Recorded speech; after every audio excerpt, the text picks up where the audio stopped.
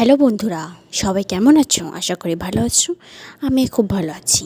Papiya simple blogs চ্যানেলে তোমাদের সবাইকে স্বাগতম। তো আমি প্রতিদিনের মতো রান্নার ভিডিও নিয়ে চলে আসলাম। তো আজকে কি রান্না করব তোমাদের সেটাই শেয়ার করব।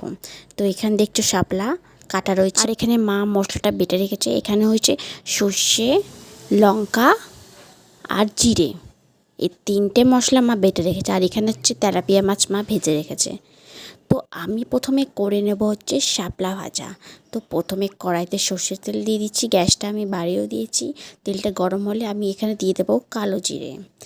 তো কালো জিরে দেওয়ার পর তারপরে শাপলাগুলো দিয়ে দিচ্ছি।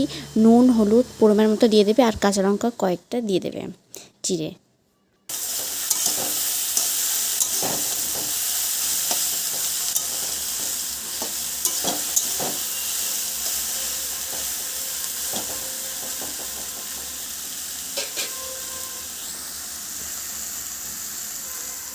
তো তারপর আমি কিছুক্ষণ এটাকে ঢেকে রেখে দেবো। তো একটু ভাজা ভাজা হয়ে নেবে, তারপরে আমি নামিয়ে দেবো। তো এখানে দেখছো তোমরা ভাজা ভাজা হয়ে গেছে। তো কিছুক্ষণ রেখে আমি এটা নামিয়ে, আমার শাপলা ভাজা কমপ্লিট। তো এবার আমি করব হচ্ছে মাছের ঝোল, তেলাপিয়া মাছের। তো এখানে তোমরা সর্ষের তেল বা সাদা তেলও দিতে পারো। তো আমি এখানে সাদা তেল দিয়ে দিচ্ছি। তো এখানে তেলটা গরম হয়ে গেলে আমি এবার দিয়ে দেবো হচ্ছে জিরে ফোড়ন।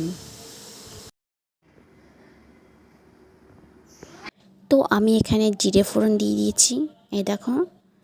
তো কিছুক্ষণ ভাজা ভাজা হয়ে গেলে, জিরেগুলো একটু ভাজা ভাজা হয়ে গেলে তারপর আমি দিয়ে দেবো হচ্ছে মশলা। তো আমার এখানে জিরে ফোড়নটা ভাজা হয়ে গেছে। তো এবার আমি বেটে রাখা মশলাটা দিয়ে দেবো।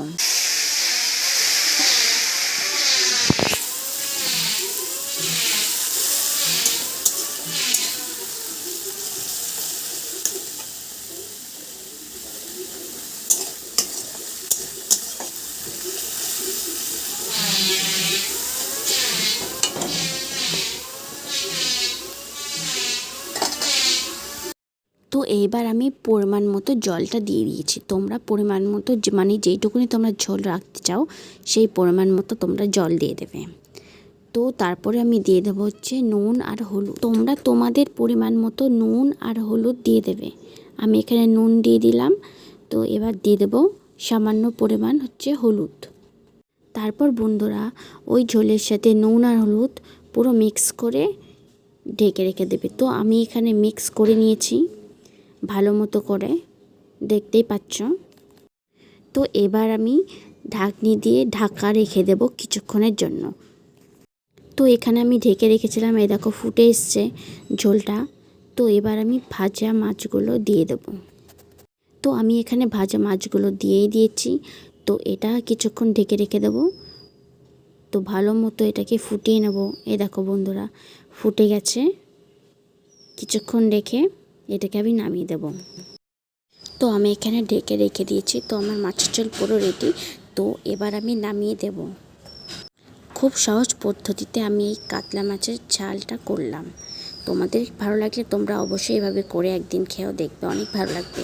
তো ভিডিওটি এখানে এন্ড করছি, পরবর্তী দেখাবে এরকম নতুন নতুন রেসিপির সঙ্গে।